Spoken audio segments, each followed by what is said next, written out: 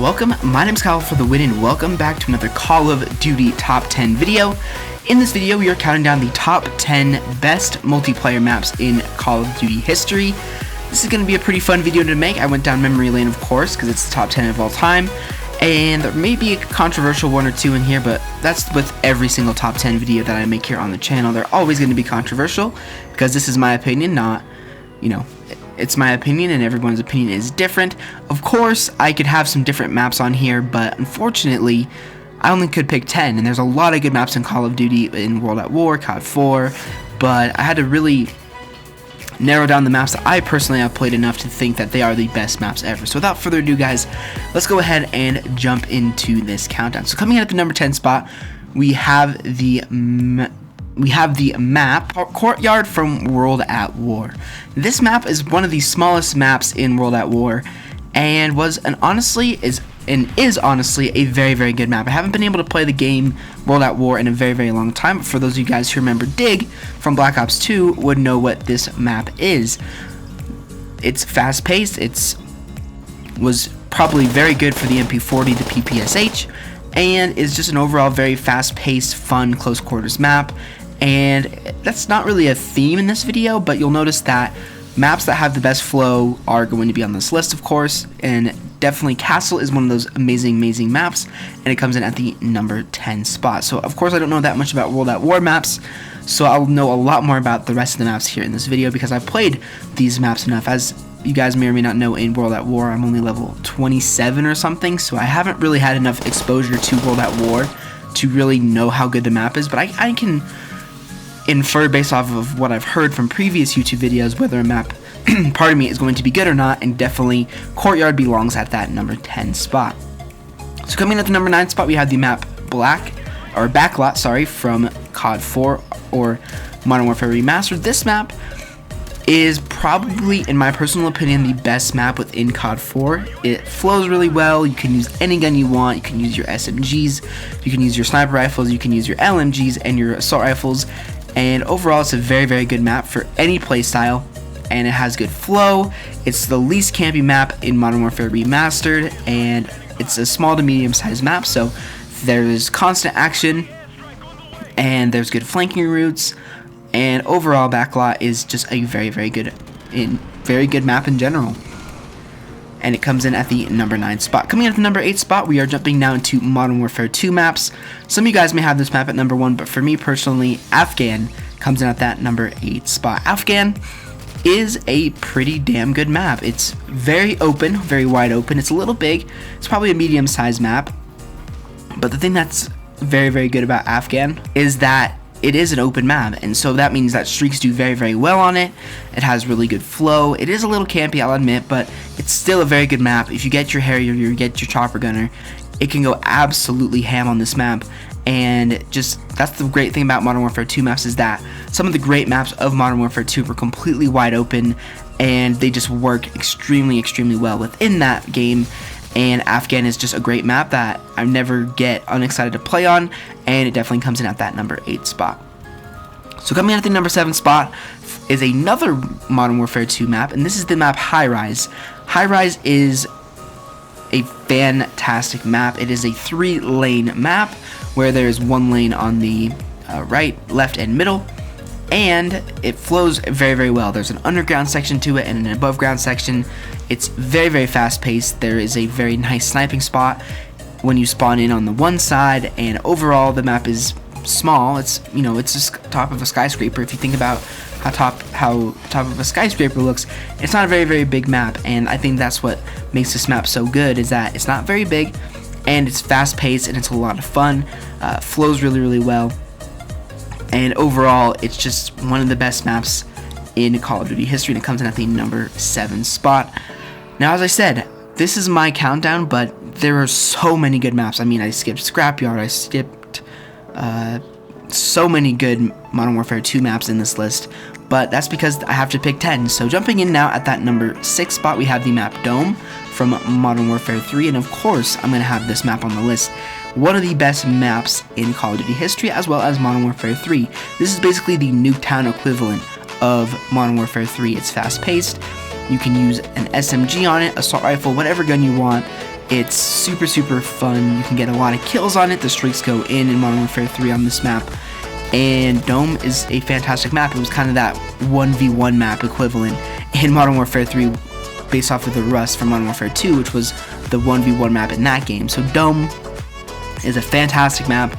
I always love playing on Dome in Modern Warfare 3, and without a doubt, it comes in at that number 6 spot. Now, we are jumping into the top 5, and coming in at the number 5 spot, we have Hardhat from Modern Warfare 3. This map is absolutely amazing. It is by far the best map in Modern Warfare 3 because of the fact that it just flows so well. There are, it's another 3-lane quote-unquote type map. Pardon me, even though the lanes are kind of split up a little bit in a way. Like the middle route is kind of that concrete cylinder, and then you can just go to the right of that. But it's just a great map. It has fantastic flow. The amount of MOABs I've seen on Hardhat versus every other map in Modern Warfare 3 is just crazy. Hardhat is just one of those maps that everybody loves to play on, everybody votes for. It's just fantastic, and that's because it has great flow. It's a small to medium-sized map, and it's just perfect. Hardhat is definitely one of the best maps of all time, and that's why it breaks in at the number 5 spot. Now, coming in at the number 4 spot, we are jumping into a big line of Treyarch maps here. We have, coming in at the number 4 spot, we have the map Slums from Black Ops 2, 3, and 4. I say Black Ops 3 because it was in the Back in Black, I think is what it was called, expansion for that game, or DLC. Slums, there's not much to say about it. It is amazing. It's an absolutely fantastic map. In Black Ops 2, it's fantastic. In Black Ops 4, it's fantastic. And in Black Ops 3, I didn't really play that much, if I'm being completely honest, so I don't know if it's very good in Black Ops 3. But in Black Ops 2 and Black Ops 4, the games in which I played this map a ton, I know how good it is. I'm the one that always votes for it every single time I'm in a lobby. Slums is just perfect. There is nothing wrong with Slums in my opinion. There is flanking routes, it's a 3-lane map, so it flows extremely well. There's kind of a center area to it where there's cover, so you're not putting yourself at a huge disadvantage by going into the middle. Obviously, you don't want to go into the middle of the map for obvious reasons of you can easily die going into the middle of the map, but Slums is just such a fantastic map that it's a very pretty map, and the big thing for me is that it flows really well, and you can get a lot of streaks on it, and overall, just Slums, what a map. It's absolutely amazing, and it, without a doubt, comes in at that number 4 spot. Coming in at the number 3 spot, we have another Black Ops 1, Black Ops 2, Black Ops 1, I guess technically Black Ops 2, Black Ops 3, and Black Ops 4 map, and this is Summit from Black Ops 1. The first time I played this map, I knew it was a dime. Summit is absolutely amazing. It's a small map, 3 lanes once again, there's very good flanking routes. It's a little campy, I'll admit, in Black Ops 1 versus Black Ops 4, but it is such a good map. The flow of it is fantastic. You can just easily pub stomp everybody, do super well on it, and that's because it flows and it's small, so streaks go absolutely in. As you can see in the gameplay, I'll probably show you guys my chopper gunner and dogs against bots, of course, because that's how I get gameplay for these videos. But even in my Black Ops 4 videos, this map just is amazing, and it fits very well in Black Ops 1, and it fits even better in Black Ops 4. Just fantastic overall map. Summit, I love snow maps, as you guys know. I kind of have an addiction to snow maps. I think they're really cool. Basically, this map puts you in a Russian facility during the Cold War, and it's just one of those maps, man, that flows extremely well. It's kind of hard to explain maps, but I mean, I know exactly what I'm talking about in my head, but vocalizing it is a little bit more difficult. But you guys know Summit. If you play Black Ops 1 and Black Ops 4, you know how good Summit is, and it definitely comes in, pardon me, geez, at that number 3 spot. Now jumping into the top 2, we have, coming in at the number 2 spot, we have the map Firing Range from Black Ops 1, Black Ops 2 Remade, and Black Ops 4. Firing Range, just amazing. There's really not much else to say about it. It's a fantastic map.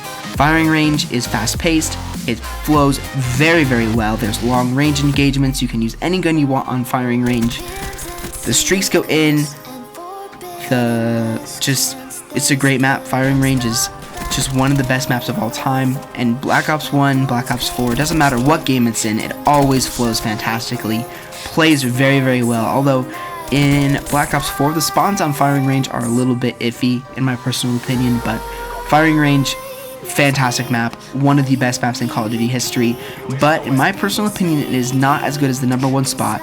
And those of you guys may know what the #1 spot is, some of you guys may not, because there's a lot of maps in Call of Duty, but in my personal opinion, the best map in Call of Duty history has to go to Raid from Black Ops 2. This map is just perfect. There is nothing wrong with this map. It is super fast paced. It's a small map. Streaks go absolutely in on it because there is so much open spaces. Even the buildings have windows where streaks can do well in them. There is only 1 or 2 buildings where streaks cannot get into. It's just perfect. It is an absolutely amazing map. If you guys missed my return to video from Wednesday, I went back and played Black Ops 2. Got a 45 kill TDM on Raid. Raid is just perfect. It's good for domination. It's good for hardpoint. It's good for any mode you want to play. It's good for. Again, sniper map, shotgun map, SMGs, assault rifles, everything works on Raid. And Raid is just perfect. It just is one of those maps that everybody will go back to forever and ever and ever and say, why wasn't this map remade more? This map is amazing. It's the best map in Call of Duty history. It's just so good. There's nothing wrong with this map. It is just amazing, without a doubt. And it definitely comes in at the #1 spot. So there we go, guys. That is going to do it for the top 10 best multiplayer maps in Call of Duty history. My last countdown, I think, was the top 10 best zombie maps, so I decided to do the top 10 best multiplayer maps.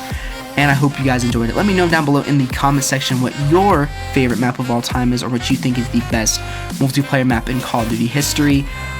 For me, it's Raid. It has to be Raid. There's indisputed. But, you know, there's also a lot of other good maps in Call of Duty history. Some people may not like Raid, and that's fair enough. I completely understand if you don't like Raid.